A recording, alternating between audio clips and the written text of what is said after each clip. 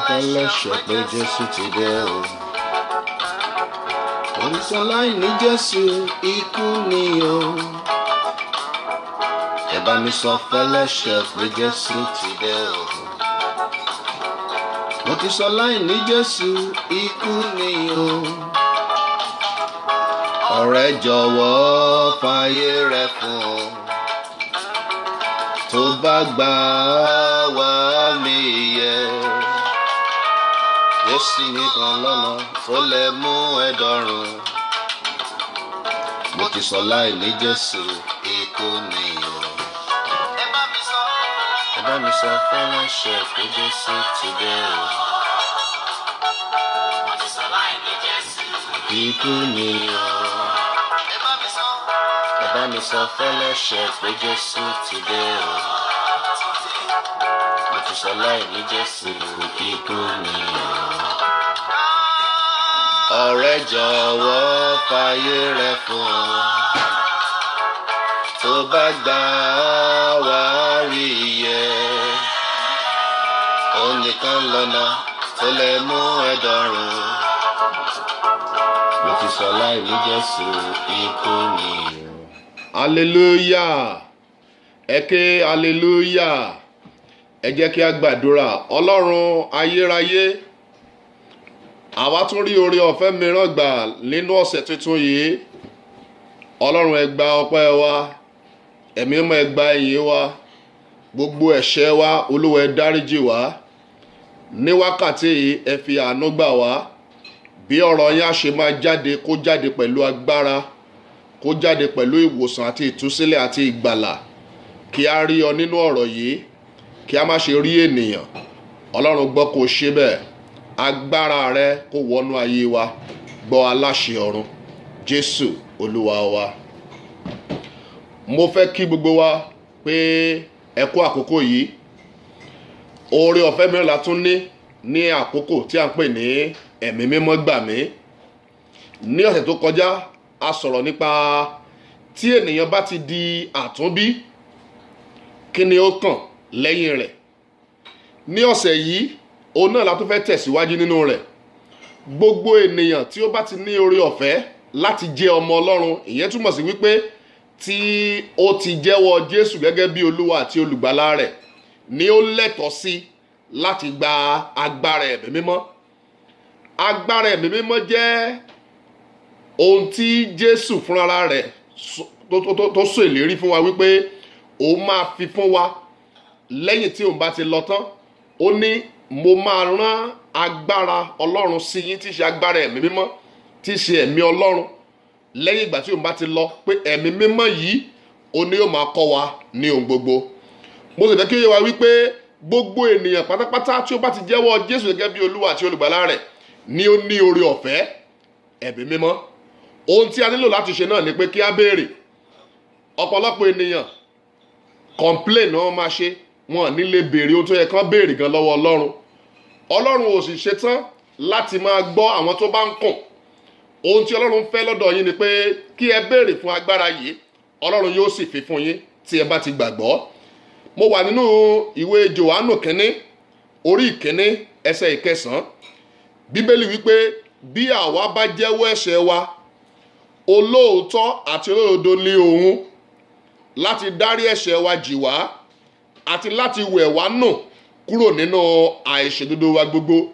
Ìyẹn túmọ̀ sí wípé tí a bá ti jẹ́wọ́ ẹ̀ṣẹ̀ wa, tí a sì tún wá jẹ́wọ́ Jésù gẹ́gẹ́ bí Olúwa àti olùgbàlà wa, ó ti ṣetán láti dárí gbogbo àìṣedédé wa jì wá. Ǹjẹ́ àwa ti ń rò wípé irú ẹ̀ṣẹ̀ wo la ti ṣẹ̀, ǹjẹ́ Ọlọ́run lè gbà wá? Kò sí ohun tí ènìyàn ṣe tí Ọlọ́run ò lè gbà. Tí ènìyàn bá ti mọ ẹ̀ṣẹ̀ rẹ̀ dí ẹ̀ṣẹ̀, tí ó sì jẹ́wọ́ rẹ̀ gẹ́gẹ́ bí ó jẹ́wọ́ ẹ̀ṣẹ̀ rẹ̀, tí ó sì kọ àwọn ẹ̀ṣẹ̀ yìí sílẹ̀, ó ti di dandan ohunkóhun tí ènìyàn bá béèrè lọ́wọ́ Ọlọ́run, ó ti di dandan Ọlọ́run ní láti fi fún un. Ló fi sọ fún wa pé tí a bá ti jẹ́wọ́ ẹ̀ṣẹ̀ wa o, ohunkóhun tí a bá béèrè lẹ́yìn eléyìí, òun ó fi fún wa.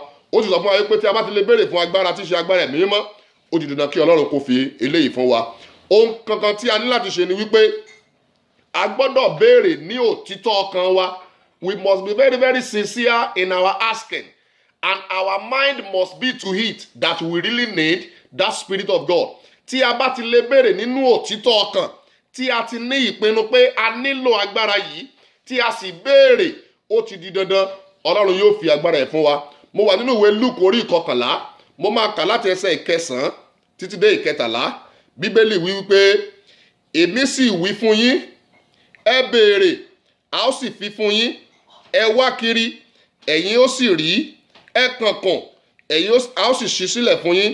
Nítorí ẹnikẹ́ni tí ó bá béèrè ó ń rí gbà, ẹni tí ó bá sì wá kiri àti ẹni tí ó kànkùn ó ní à ń ṣí sílẹ̀ fún. Bíbélì wípé ní ẹsẹ̀ 11, ta ní ṣe bàbá nínú yín tí ọmọ rẹ̀ yóò béèrè àkàrà lọ́dọ̀ rẹ̀ tí ó jẹ́ fún ní òkúta, tàbí kí ó béèrè ẹja tí ó jẹ́ fún ní ejò dípò rẹ̀, tàbí bí ó béèrè ẹyin kí ó sì jẹ́ fún ní àkekèé? Ǹjẹ́ bí ẹ̀yin tí ṣe ènìyàn búburú bá mọ̀ bí a fi ẹ̀bùn dídára fún àwọn ọmọ yín, mélòó mélòó ni bàbá yín tí ń bẹ ní ọ̀run yóò fi ẹ̀mí mímọ́ rẹ̀ fún àwọn tí ó béèrè lọ́dọ̀ rẹ̀. Dádì, mọ́mì, ẹ̀yin ẹ̀gbọ́n mi àti àbúrò mi, tí a bá ti jẹ́wọ́ Jésù gẹ́gẹ́ bí Olúwa àti olùgbàlà wa, ó ti di dandan tí a bá ti béèrè fún agbára yìí ó ní ó ràn wá lọ́wọ́ láti dúró nínú ìgbàgbọ́.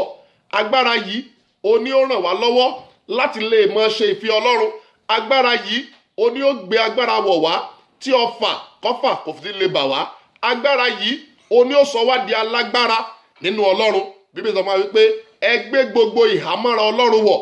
Ara ìhámọ́ra yìí ni agbára Ọlọ́run. Gbogbo ìhámọ́ra Ọlọ́run tí a bá ti ní agbára yìí tí í ṣe agbára ẹ̀mí mímọ́, ó ti di dandan Ọlọ́run gbọ́dọ̀ ṣe àwọn tó yẹ kó ṣe fún wa. Àwọn nǹkan tí ó bá ti tọ́ sí ènìyàn, èèyàn ní láti béèrè rẹ̀. Mọ́mì, dádì, ẹ béèrè fún agbára. Ọlọ́run ṣetán láti fún yín ní agbára yìí. Ohun tí ẹ kàn ní láti ṣe ni wípé ẹ jẹ́wọ́ gbogbo ẹ̀ṣẹ̀ yín fún Ọlọ́run, ẹ kúrò nínú ìwà ẹ̀ṣẹ̀, ẹ bẹ̀rẹ̀ sí gbé ìgbé ayé tó wu Ọlọ́run, ẹ rìn déédéé, ẹ pa òfin rẹ̀ mọ́. Tí ẹ bá sì ti béèrè, ó ní ẹ bá ti béèrè ó ti di dandan kó rí gbà. Ẹ bá sì ti wá kiri, ẹni tó bá sì ti kànkùn ó ti di dandan ká ṣílẹ̀kùn rẹ̀ fún. Mọ́mì, dádì, níbi tí ẹ wà yẹn, ẹ bẹ̀rẹ̀ sí bá Ọlọ́run sọ̀rọ̀ nínú ọkàn yín. Ǹjẹ́ ẹ ti fi ayé yín fún Jésù bí? Tí ẹ ò bá ti fi ayé yín fún Jésù, ẹ gba Jésù sínú ayé yín. Ẹ jẹ́ kí Jésù kó máa ṣe olùdarí ọkàn yín, kó máa ṣe olùdarí ọkọ̀ yín, kó máa ṣe olùdarí ayé yín. Tí ó bá ti ń darí yín, tí ẹ sì ti ní nínú ọkàn yín, tí ẹ gbà gẹ́gẹ́ bí Olúwa àti olùgbàlà yín, ẹ bẹ̀bẹ̀ fún ẹ̀mí mímọ́, ẹ béèrè fún ẹ̀mí mímọ́. Ọlọ́run á dẹ̀ gbé agbára ẹ̀mí mímọ́ rẹ̀ wọ̀ yín. Mo gbàdúrà lórúkọ Jésù Kristi, agbára ẹ̀mí mímọ́ tí ayé yín nílò, tí èmi náà nílò, lórúkọ Jésù Ọlọ́run máa gbé wọ̀ wá. Mo fẹ́ kí ẹ gbàdúrà níbi tí ẹ wà yẹn, ẹ pe orúkọ Jésù Kristi lẹ́ẹ̀kan ṣoṣo. Olúwa, mo fi ayé mi fún ọ, láti òní bẹ̀rẹ̀ sí máa darí mi. Ọlọ́run, a ti fi ayé wa fún ọ, bí àwọn èèyàn wọn ṣe gbàdúrà wípé kí ẹ bẹ̀rẹ̀ sí darí wa. Ọlọ́run, lórúkọ Jésù Kristi, gbogbo àwọn tán ní oore ọ̀fẹ́ láti máa gbọ́ ọ̀rọ̀ ìtọ́sí wò mí, mo sọ lórúkọ Jésù Kristi, agbára èyí tí ẹ fi lè fi ayé yín fún Jésù, tí Ọlọ́run yóò sì máa fi darí yín, Ọlọ́run yóò gbé wọ̀ yín. Mo ń rọ̀ yín, tí ẹ ò bá tí ì rí ilé ìjọsìn tí ẹ ti lè máa jọ́sìn, ẹ wo àdúgbò yín dáadáa, ẹ wá ilé ìjọsìn tí ẹ ti lè máa jọ́sìn, tí ẹ ò fi lè máa dàgbà nínú ẹ̀mí. Tí ẹ ò bá yìí tí ní ilé ìjọsìn CAC tó bá wà lẹ́gbẹ̀ẹ́ yín, ẹ lọ síbẹ̀ kí ẹ lọ máa jọ́sìn níbẹ̀. Lórúkọ Jésù Kristi, ìbùkún Ọlọ́run yóò wà lórí ayé yín. Ẹ jẹ́ kí a gbàdúrà. Ọlọ́run ayérayé, ọ̀rọ̀ rẹ tó ti jáde lónìí, lórúkọ Jésù Kristi, fi agbára fún ọ̀rọ̀ rẹ. Gbogbo àwọn èèyàn tó ń wò mí yìí, lórúkọ tó sì ń gbọ́ mi, mo sọ ọ́ lórúkọ Jésù Kristi, agbára Ọlọ́run èyí tí ẹ ó fi lè ṣe ìfẹ́ Ọlọ́run, tí ẹ ó fi lè rìn déédéé, tí ẹ fi gbé ìgbé ayé tó wu Ọlọ́run, Ọlọ́run yóò sọ̀kalẹ̀ sínú ayé yín. Agbára Ọlọ́run tí ọfà òkùnkùn, ọfà ayé, ọfà ẹ̀ṣẹ̀ tí òfin ní báyìí, lórúkọ Jésù Kristi, Ọlọ́run kó gbé wọ̀ yín. Ọlọ́run gbọ́ kó o ṣe bẹ́ẹ̀. Jésù Olúwa wa. Lẹ́ẹ̀kan sí, orúkọ mi ni olùṣọ́ àgùntàn Adébọ̀wálé Dáìró. God bless you.